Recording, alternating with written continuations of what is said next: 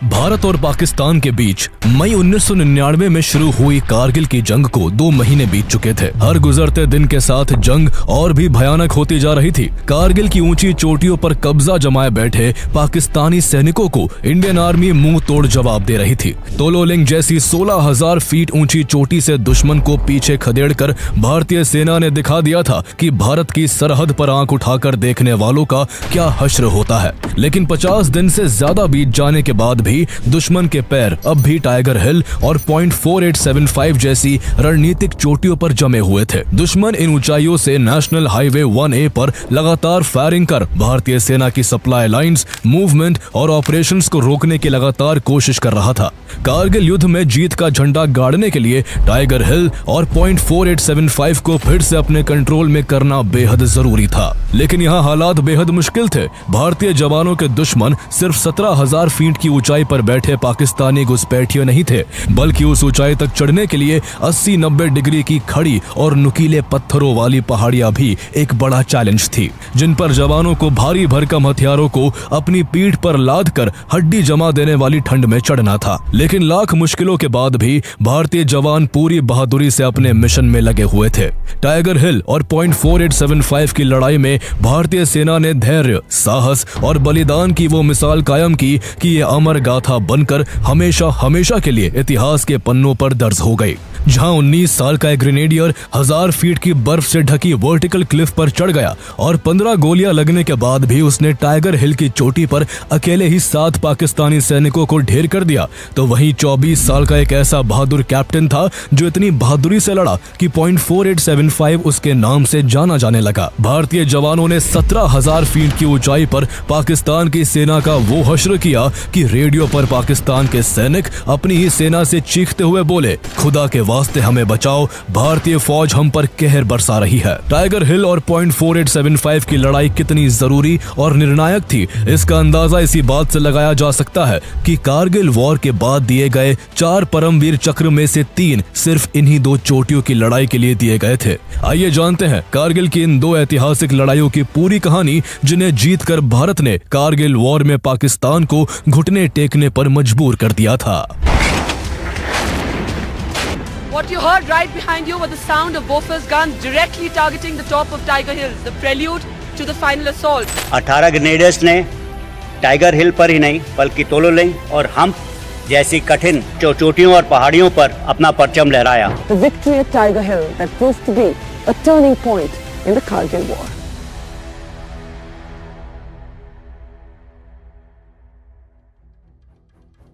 फरवरी 1999 के बाद से पाकिस्तान द्वारा की गई घुसपैठ ने एक बड़ी जंग का रूप ले लिया था। 10 मई 1999 को ऑपरेशन विजय के जरिए भारतीय सेना ने पाकिस्तानियों को भारत की जमीन से खदेड़ना शुरू कर दिया। द्रास, काकसर, बटालिक और मुश्को जैसे स्ट्रेटेजिक सेक्टर्स में अलग अलग मोर्चों पर भयंकर युद्ध जारी था। इस जंग में पाकिस्तान के सैनिकों के पास पूरा एडवांटेज था, क्योंकि वो ऊंचाई पर बैठे थे, जहां से न सिर्फ वो नेशनल हाईवे 1A पर सीधी नजर रख रहे थे, बल्कि लगातार फायरिंग करके भारतीय सैनिकों की मूवमेंट को भी रोक रहे थे।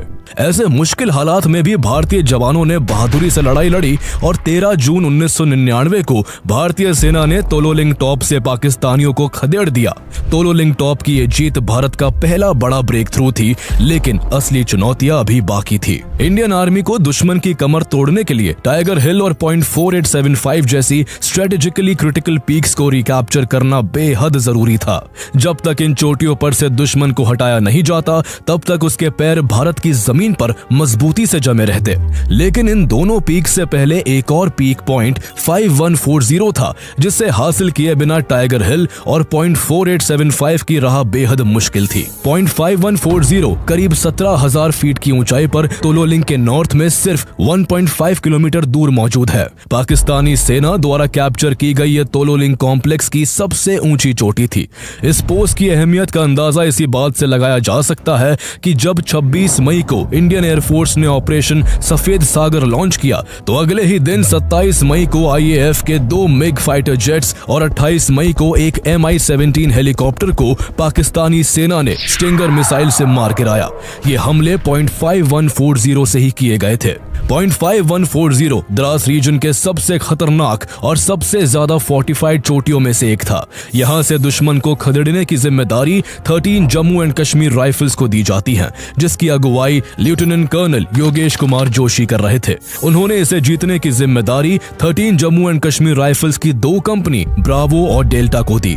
ब्रावो कंपनी का नेतृत्व लेफ्टिनेंट संजीव सिंह जाम्बाल कर रहे थे, वही डेल्टा कंपनी की कमान लेफ्टिनेंट विक्रम बत्रा ने संभाल रखी थी। 19 जून की रात दोनों कंपनियों ने अलग अलग डायरेक्शन से दुश्मन पर धावा बोलने के लिए चढ़ाई शुरू कर दी। भारतीय तोपों से लगातार पाकिस्तानी बंकरों पर बम बरसने लगे ताकि भारतीय जवानों को कवर मिल सके। 18 गढ़वाल राइफल्स और 1 नागा भी इसमें उनकी मदद कर रही थी। इसका परिणाम ये हुआ कि दुश्मन को पता भी नहीं चला और 20 जून की सुबह करीब 2:35 पर लेफ्टिनेंट संजीव सिंह जाम्बाल की ब्रावो कंपनी ने 0.5140 के अपने डेजिग्नेटेड पोर्शन पर पहुंचकर हमला कर दिया। केवल 1 घंटे के अंदर उन्होंने दुश्मन को उस जगह से खदेड़ दिया। लेकिन दूसरी ओर से चढ़ रही लेफ्टिनेंट विक्रम बत्रा की डेल्टा कंपनी की राह इससे कहीं ज्यादा मुश्किल थी। लेफ्टिनेंट विक्रम बत्रा की टीम दुश्मन को चौंकाने के लिए चोटी के पीछे से एक बेहद खतरनाक चढ़ाई चढ़ रही थी। जैसे ही लेफ्टिनेंट विक्रम बत्रा की टुकड़ी ऊपर पहुंचने वाली थी, दुश्मन को उनकी मूवमेंट का पता लग गया और उन्होंने फायरिंग शुरू कर दी। एक पाकिस्तानी सैनिक ने रेडियो पर लेफ्टिनेंट विक्रम बत्रा को डराने के लिए कहा, शेर शाह ऊपर मत आना, जिंदा वापस नहीं जा पाओगे। रेडियो पर मौजूद विक्रम बत्रा ने उस पाकिस्तानी सैनिक को चुनौती देते हुए जवाब दिया, हम आ रहे हैं और अब देखना कौन जिंदा लौटता है।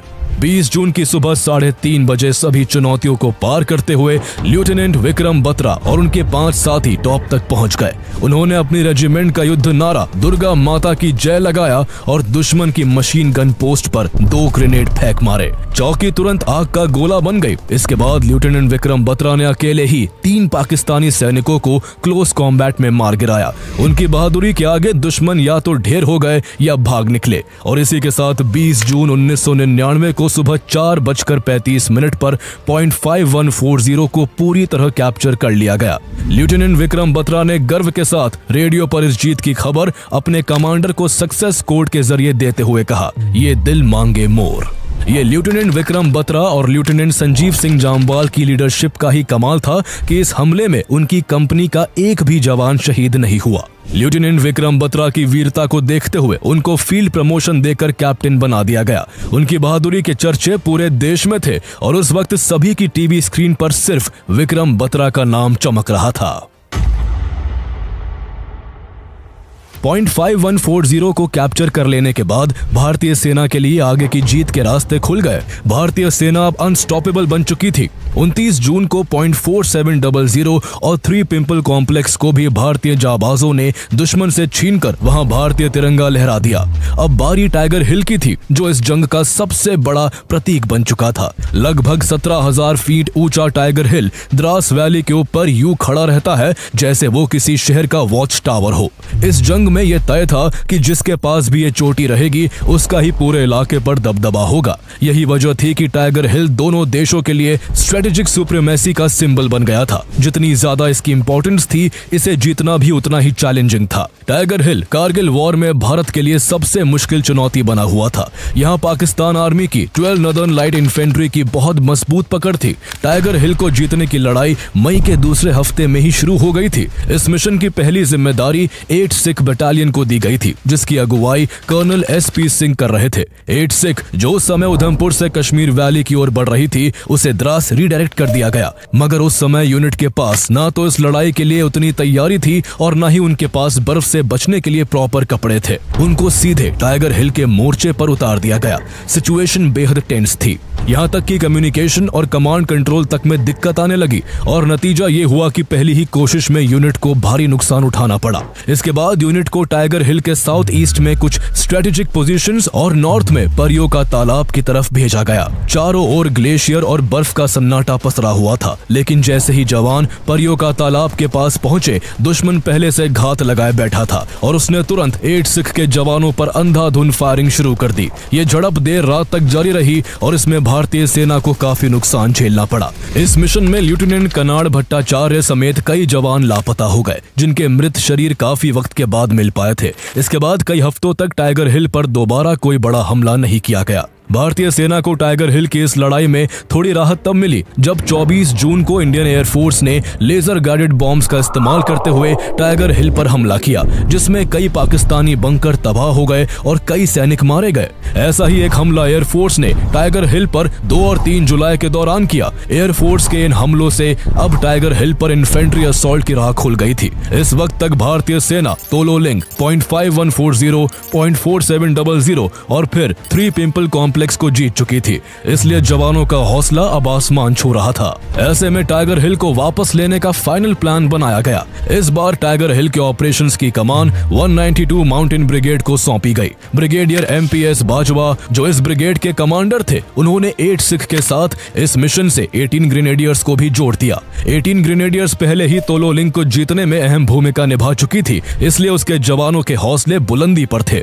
8 सिख और 18 ग्रेनेडियर्स के साथ साथ हाई ऑल्टीट्यूड वॉरफेयर स्कूल की एक चुनिंदा टीम, साथ में आर्टिलरी, इंजीनियरिंग और कॉम्बैट सपोर्ट के स्पेशलिस्ट दस्ते भी इस ऑपरेशन का हिस्सा बने। यह असॉल्ट मल्टी डायरेक्शनल होने वाला था। भारतीय जवान चारों दिशाओं से चढ़कर दुश्मन को खदेड़ने वाले थे। उनकी चढ़ाई से पहले ही 120 आर्टिलरी गन्स ने दुश्मन की चौकियों पर कहर बरसाना शुरू कर दिया, ताकि दुश्मन की पोजीशन पहले ही कमजोर हो जाए। टाइगर हिल पर पाकिस्तानी अलग अलग जगहों पर अड्डा जमाए बैठे थे। ऐसे में इंडियन आर्मी ने दुश्मन की एक्सपेक्टेड पोजीशंस को top, collar, India Gate, helmet और रॉकी नॉब जैसे नाम दे दिए थे, ताकि स्ट्रेटेजिकली अटैक किया जा सके और जवानों में टारगेट्स को लेकर क्लैरिटी रहे। सारी तैयारियां हो जाने के बाद 3 जुलाई को करीब शाम 7 बजे टाइगर हिल पर भारत का फाइनल असॉल्ट शुरू हो गया। 8 सिख के जवानों ने वेस्टर्न साइड से चढ़ाई शुरू की और 18 ग्रेनेडियर्स के अटैक के लिए फर्म बेस तैयार किया। 18 ग्रेनेडियर्स की टुकड़ियां 3 डायरेक्शंस, नॉर्थ ईस्ट, ईस्ट और साउथ में बंटकर टाइगर हिल पर चढ़ाई करने लगी। जहां ईस्ट से असॉल्ट का नेतृत्व 23 साल के कैप्टन सचिन निम्बालकर कर रहे थे, तो वही एक कंपनी सदर्न साइड से चढ़ रही थी, जिसे अपनी साइड से फायर करके दुश्मन को कंफ्यूज करना था। इस दौरान लेफ्टिनेंट बलवान सिंह अपनी घातक प्लेटून के साथ सबसे कठिन रास्ते नॉर्थ ईस्टर्न रूट से चढ़ाई कर रहे थे। ये करीब 90 डिग्री की सीधी और लगभग असंभव सी चढ़ाई थी, लेकिन ये एक ऐसा रास्ता था जिस पर जाकर पाकिस्तानियों को चकमा दिया जा सकता था। लगातार कई घंटों की मुश्किल चढ़ाई के बाद 4 जुलाई 1999 को सुबह 4 बजे कैप्टन सचिन निम्बालकर और लेफ्टिनेंट बलवान सिंह की अगुवाई में भारतीय सैनिक अलग अलग दिशाओं से टाइगर हिल की चोटी के बहुत पास पहुंच गए। दोनों अफसरों ने अपनी अपनी टीम के साथ दुश्मन पर एक जबरदस्त सरप्राइज अटैक किया। पहले से ही एयर स्ट्राइक्स और आर्टिलरी शेलिंग से परेशान पाकिस्तानियों को इस हमले की इतनी जल्दी उम्मीद नहीं थी, लेकिन जीत की जिद सीने में लिए भारतीय जवानों ने तुरंत मोर्चा संभालते हुए नजदीकी कॉम्बैट में 10 से 12 दुश्मन सैनिकों को ढेर कर दिया। लगातार कई घंटों की क्रॉस फायरिंग के बाद भारतीय जवानों ने दुश्मन की ताकत पर गहरा असर डाल दिया था, लेकिन टाइगर हिल का टॉप अब भी पाकिस्तानियों के कब्जे में था। भारतीय जवान उस समय टॉप से सिर्फ 50 मीटर नीचे थे जब ब्रिगेड हेडक्वार्टर्स तक ये मैसेज पहुंचा, they are shot off the top. लेकिन जब ये खबर श्रीनगर, उधमपुर होते हुए दिल्ली पहुंची तो उसकी भाषा बदल चुकी थी। दिल्ली तक पहुंचते पहुंचते they are shot off the top वाली खबर they are on the tiger top बन चुकी थी। उस समय डिफेंस मिनिस्टर जॉर्ज फर्नांडिस पंजाब में एक जनसभा को संबोधित कर रहे थे। उन्हें जैसे ही ये मैसेज मिला, उन्होंने बिना दोबारा कंफर्म किए तुरंत जनता के सामने घोषणा कर दी कि टाइगर हिल को भारत ने जीत लिया है। अब पूरे देश की नजरें टाइगर हिल पर थी। अगर भारतीय सेना जल्द ही इस चोटी को अपने कब्जे में नहीं लेती तो ये एक इंटरनेशनल एम्बैरेसमेंट बन सकता था। इसलिए अब ये केवल एक मिशन नहीं बल्कि भारतीय सेना सेना की इज्जत का सवाल बन चुका था। इस बीच 18 ग्रेनेडियर्स की एक कंपनी कॉलर नाम की ऊंचाई पर पहुंच गई। इसका फायदा ये हुआ कि पाकिस्तानियों को अपनी डिफेंस को अलग अलग दिशाओं में फैलाना पड़ा। यही से भारत को बढ़त मिलने लगी। मौका देखकर कैप्टन सचिन निंबालकर ने एक और आक्रामक हमला किया। उनके नेतृत्व में भारतीय जवान बिना कोई आवाज किए टाइगर हिल की चोटी तक पहुंच गए और कुछ ही मिनटों में दुश्मन के 8 में से एक बंकर पर कब्जा कर लिया। अब आमने सामने की लड़ाई शुरू हो चुकी थी। ऊंचाई का जो टैक्टिकल एडवांटेज पहले पाकिस्तानियों के पास था वो अब उनके किसी काम का नहीं रहा। अब जीत इस सवाल पर टिकी थी कि आमने सामने की लड़ाई में किस में कितना दम है। भारतीय सैनिक दुश्मन पर ऐसा कहर बनकर टूटे कि 4 और 5 जुलाई की दरमियानी रात करीब 1:30 बजे तक टाइगर हिल की चोटी भारतीय सेना के कंट्रोल में आ चुकी थी। जब तक भारत ने टाइगर हिल टॉप को फतेह किया तब तक पाकिस्तान के प्रधानमंत्री नवाज शरीफ जंग की हार को भांपकर अमेरिका की शरण में पहुंच चुके थे। नवाज शरीफ की उस दिन वॉशिंगटन में अमेरिकी राष्ट्रपति बिल क्लिंटन से बहुत शर्मिंदगी भरी मुलाकात हुई। बिल क्लिंटन ने नवाज शरीफ से अकेले में मिलने से इनकार करते हुए साफ कहा, मैंने पहले ही कह दिया था कि अगर आप बिना शर्त अपने सैनिक कारगिल से पीछे नहीं हटाएंगे तो यहाँ मत आइए। अगर आप पीछे नहीं हटते तो मेरे पास एक ड्राफ्ट तैयार है जिसमें कारगिल क्राइसिस का पूरा दोष पाकिस्तान पर डाला जाएगा। बिल क्लिंटन की यह बात सुनकर नवाज शरीफ के चेहरे का रंग उड़ गया। जैसे ही मीटिंग खत्म हुई, शरीफ ने टीवी पर देखा कि भारत ने टाइगर हिल टॉप पर कब्जा कर लिया है। उन्होंने फौरन पाकिस्तान आर्मी चीफ परवेज मुशर्रफ को फोन मिलाया और पूछा, क्या यह खबर सही है? इस सवाल पर मुशर्रफ की बोलती बंद हो चुकी थी। इस जीत के साथ भारत की निर्णायक बढ़त बन चुकी थी, लेकिन जंग अभी पूरी नहीं हुई थी। टाइगर हिल टॉप जरूर फतेह हो चुका था, मगर टाइगर हिल के बाकी हिस्सों पर अब भी पाकिस्तानी सैनिक मोर्चा संभाले हुए थे। शुरुआती झटकों के बाद अब वो सतर्क हो चुके थे। उन्होंने पहाड़ों पर यूनिवर्सल मशीन गन्स और एयरबस ग्रेनेड्स जैसे हथियारों के साथ मजबूत पोजीशन ले रखी थी। यही से एक ऐसे बहादुर जवान की कहानी शुरू होती है जो इतिहास में दर्ज हो गई। वो बहादुर जवान 19 साल के ग्रेनेडियर योगेंद्र सिंह यादव थे, जिनकी इस युद्ध में शामिल होने से केवल 15 दिन पहले ही शादी हुई थी। 5 जुलाई की सुबह 3 रातों तक चट्टानों को चीरते हुए चढ़ाई करने के बाद ग्रेनेडियर योगेंद्र सिंह यादव 24 और जवानों के साथ टाइगर हिल से महज 50 मीटर की दूरी पर थे। तभी चढ़ाई के दौरान एक पत्थर फिसल गया और उसके नीचे लुढ़कते ही ऊपर मौजूद दुश्मन को उनके चढ़ने का पता चल गया। उन पर पाकिस्तानी बंकरों से भारी फायरिंग होने लगी। इस अचानक हुए हमले की वजह से 25 में से 18 भारतीय जवानों और अफसरों को पीछे हटना पड़ा। अब वहां सिर्फ 7 जवान बचे थे, जिनमें से एक ग्रेनेडियर योगेंद्र सिंह भी थे, जिनको 3 गोलियां लग चुकी थी, लेकिन फिर भी वो आगे बढ़ने को तैयार थे। दुश्मन उनसे महज 10 मीटर ऊपर था, लेकिन जैसे ही दुश्मन की गोलियां रुकी, 7 जवानों ने धीरे धीरे दुश्मन के बंकर के पास पहुंचकर अंधाधुंध गोलीबारी शुरू कर दी और 4 पाकिस्तानी सैनिकों को ढेर कर दिया। इस बीच पाकिस्तानी सेना ने टाइगर हिल की चोटी पर काउंटर अटैक करते हुए 135 सैनिकों की अपनी एक कंपनी तैनात कर दी थी। फायरिंग को सुनकर उनमें से 10 पाकिस्तानी सैनिक भारतीय जवानों की पोजीशन तक आ पहुंचे, लेकिन ग्रेनेडियर योगेंद्र सिंह यादव और उनके साथियों ने फौरन उनमें से 8 को मार गिराया। 2 पाकिस्तानी सैनिक किसी तरह वहां से बच निकले और वापस जाकर अपने साथियों को बता दिया कि नीचे भारत के सिर्फ 7 सैनिक मौजूद है। कुछ ही देर में 35 पाकिस्तानी सैनिकों ने अचानक हमला कर दिया और 7 भारतीय जवानों को चारों तरफ से घेर लिया। दुश्मन की संख्या बल ज्यादा थी और भारतीय जवान चढ़ान की थकान और पहले की क्रॉस फायरिंग से हुई इंजरी से जूझ रहे थे, इसलिए 7 में से 6 जवान शहीद हो गए। अब वहां मैदान में भारत की तरफ से केवल अकेले ग्रेनेडियर योगेंद्र सिंह यादव बचे थे, लेकिन वो भी कई गोलियों से बुरी तरह घायल और खून से लथपथ जमीन पर पड़े हुए थे। योगेंद्र यादव खुद को मरा हुआ दिखाने के लिए चुपचाप यूं ही लाशों के बीच लेटे रहे, लेकिन दुश्मन कोई रिस्क नहीं लेना चाहता था। उन्होंने मरी हुई लाशों पर भी गोलियां दागनी शुरू कर दी।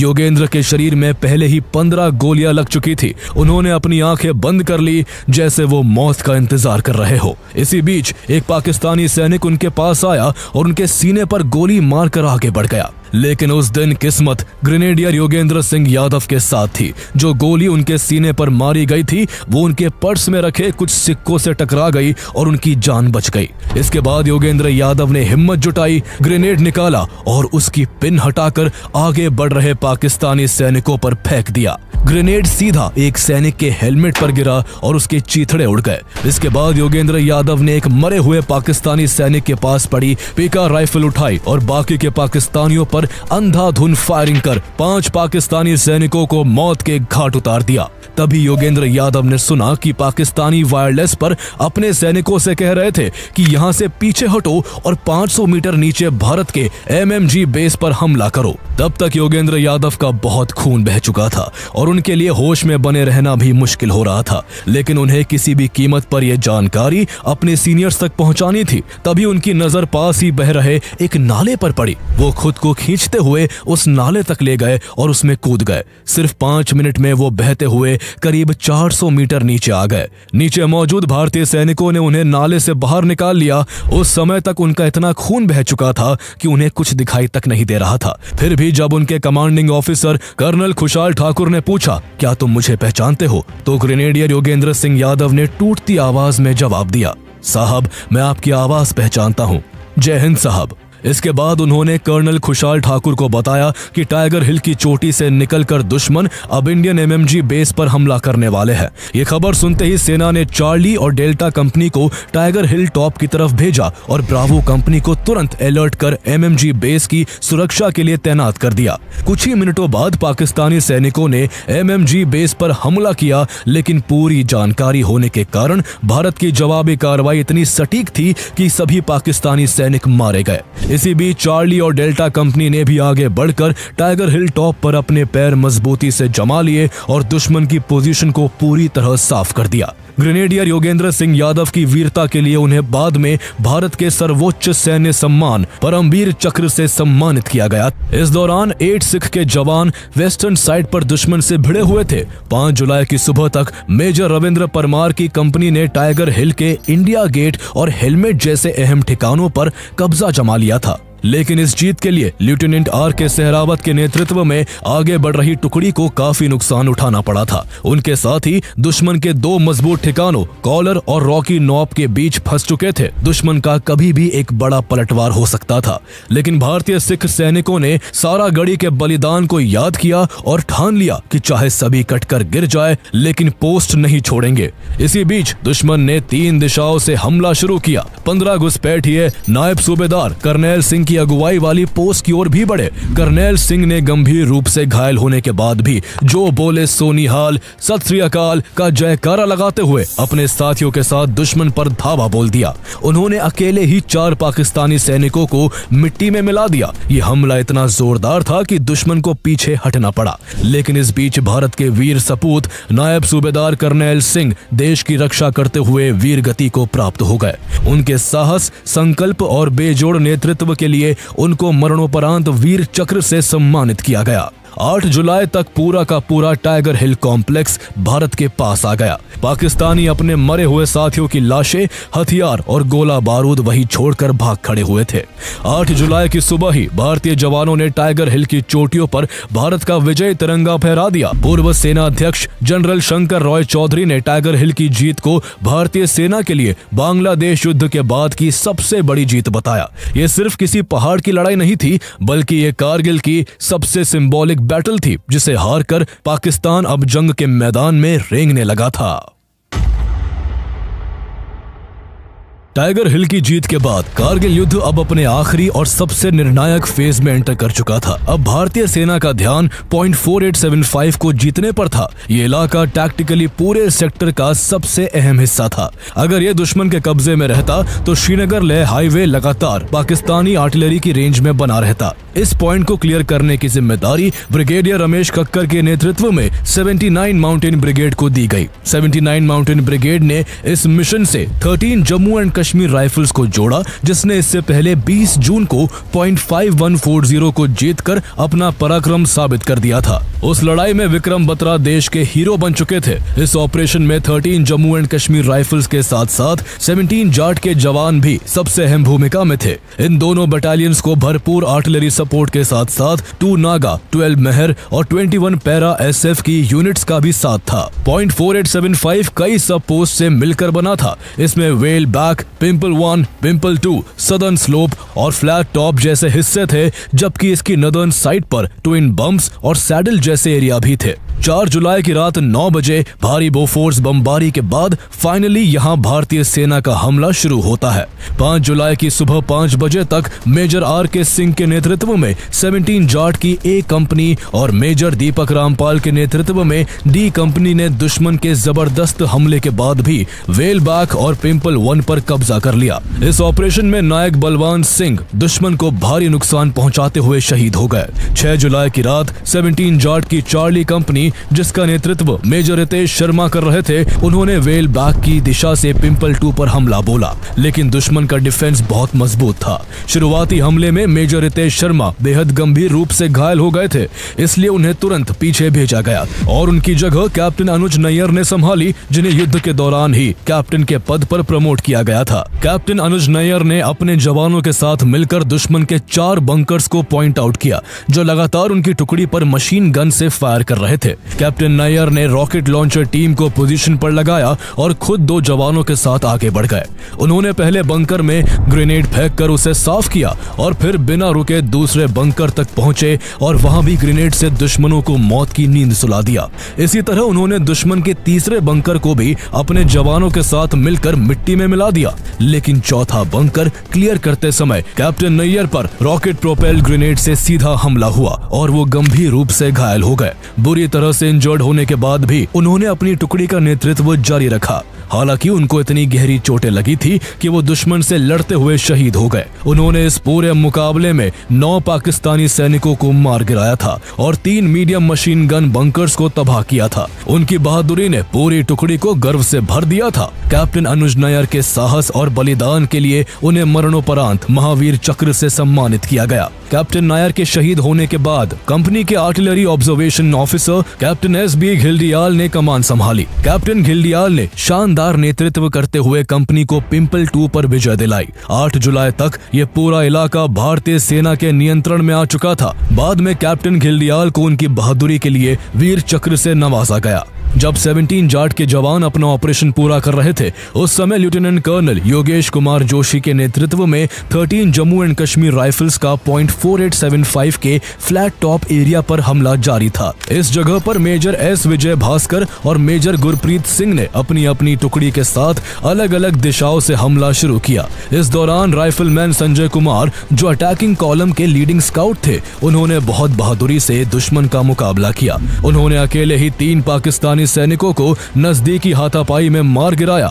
इसके बाद उन्होंने दुश्मन की एक मशीन गन उठाई और दूसरे बंकर की ओर लपक पड़े। उस बंकर में मौजूद पाकिस्तान सैनिक उनका ये रूप देखकर पूरी तरह चौंक गए और वो अपनी पोस्ट छोड़कर भागने लगे। लेकिन राइफलमैन संजय कुमार ने इस दौरान भी कई और दुश्मन सैनिकों को ढेर कर दिया। बाद में उनकी इस बहादुरी के लिए उन्हें परमवीर चक्र से सम्मानित किया गया। फ्लैट टॉप को एक बार कब्जे में लेने के बाद भी यहाँ लड़ाई खत्म नहीं हुई थी। मेजर S विजय भास्कर और मेजर गुरप्रीत सिंह की कंपनियां दुश्मन की भारी फायरिंग में फंस चुकी थी। स्थिति गंभीर होती जा रही थी और जल्द ही उन्हें एक्स्ट्रा सपोर्ट की जरूरत थी।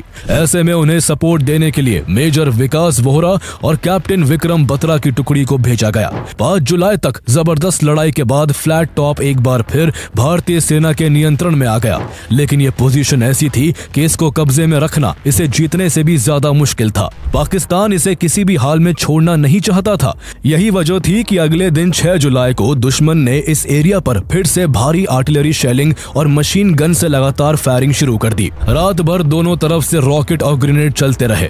इस दौरान इंडियन आर्मी के लिए यह साफ हो गया था कि अगर .4875 को कंट्रोल में रखना है तो जल्द से जल्द इसके नॉर्थ में मौजूद दुश्मन की पोजीशन को कब्जे में लेना होगा। कैप्टन विक्रम बत्रा ने खुद आगे बढ़कर इस मिशन की जिम्मेदारी ली और अपनी टीम के साथ दुश्मन की पोजीशन की ओर चार्ज शुरू कर दिया। दिया। उनका ये हमला इतना तेज और अनएक्सपेक्टेड था कि दुश्मन पूरी तरह से चौंक गया। कैप्टन विक्रम बत्रा अपने जवानों के सपोर्ट फायर में आगे बढ़ते रहे और दुश्मन की पोजीशन के पास तक पहुंच गए। कैप्टन बत्रा ने अटैक को लीड करते हुए अकेले ही पॉइंट ब्लैंक रेंज से 5 दुश्मन सैनिकों को ढेर कर दिया। इस वक्त तक वो खुद भी गंभीर रूप से घायल हो गए थे।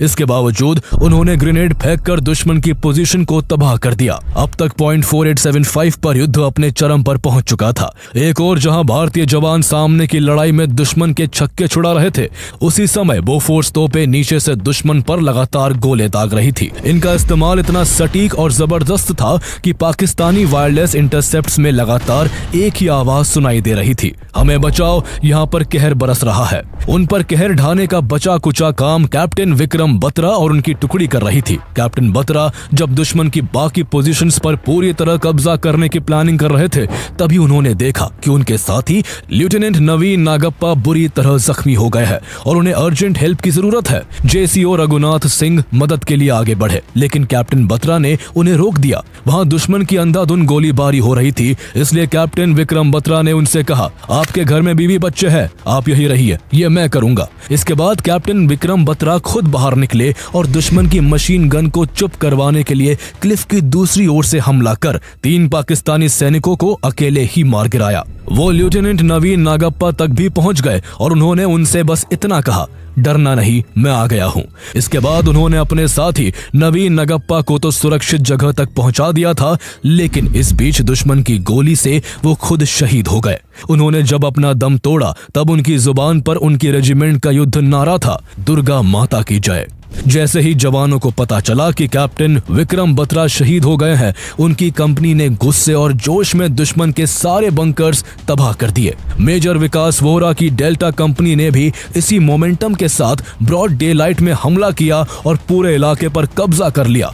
इसी के साथ उसी दिन 7 जुलाई को पॉइंट 4875 पर भारतीय तिरंगा लहरा दिया गया। पॉइंट 4875 की जीत में 24 साल के युवा कैप्टन विक्रम बत्रा का अमूल्य योगदान था, इसलिए उनकी बहादुरी, नेतृत्व और बलिदान को सलाम करते हुए इस चोटी का नाम बाद में बदलकर बत्रा टॉप रख दिया गया। कैप्टन विक्रम बत्रा को उनकी वीरता के लिए मरणोपरांत देश के सर्वोच्च सैन्य सम्मान परमवीर चक्र से सम्मानित किया गया। पॉइंट 4875 की जीत ने कारगिल युद्ध के आखिरी फेज में भारतीय सेना को निर्णायक बढ़त दिला दी थी। ये उन वीर जवानों की जीत थी जिन्होंने पहाड़ों से ऊंचा हौसला और मौत से भी बड़ा जज्बा दिखाया था। इस दौरान भारतीय जवानों ने पाकिस्तानी सैनिकों को खालूबार जैसी अहम चोटियों से भी खदेड़कर बटालिक सेक्टर को भी सिक्योर कर लिया था। इसलिए पाकिस्तानी सेना का अब मोराल टूट चुका था। LOC पर अब वो पांव टिकाए रखने की हालत में नहीं थे। जहां पाकिस्तान जंग के मैदान में मुंह की खा रहा था, तो वही उस पर भारत की जमीन छोड़ने के लिए इंटरनेशनली भी दबाव बढ़ता जा रहा था। इसलिए इस दोहरी मार के चलते 11 जुलाई को पाकिस्तानी सेना वापस लौटने लगी। 14 जुलाई को भारत ने कारगिल वॉर की जीत की घोषणा कर दी और 26 जुलाई को युद्ध आधिकारिक रूप से भारत की ऐतिहासिक विजय के साथ खत्म हुआ। 26 जुलाई को हर साल कारगिल विजय दिवस के रूप में मनाया जाता है। कारगिल की इस ऐतिहासिक लड़ाई की विरासत को द्रास में बने कारगिल वॉर मेमोरियल में सहेजा गया है। स्मारक की ग्रेनाइट वॉल्स पर ऑपरेशन विजय में शहीद हुए जवानों के नाम उकेरे गए हैं। यहाँ के म्यूजियम में उन दस्तावेजों, तस्वीरों और दुश्मन से कब्जे में लिए गए हथियारों को प्रदर्शित किया गया है, जो भारत की सेनाओं की शौर्य गाथा का जीवित प्रमाण है। मेमोरियल के गेटवे पर माखनलाल चतुर्वेदी की कविता पुष्प की अभिलाषा की पंक्तियां उकेरी गई है। चाहा नहीं मैं सुरबाला के गहनों में गूथा जाऊं, चाहा नहीं प्रेमी माला में बिंद प्यारी को ललचाऊं, मुझे तोड़ लेना वनमाली, उस पथ पर देना तुम फेंक, मातृभूमि पर शीश चढ़ाने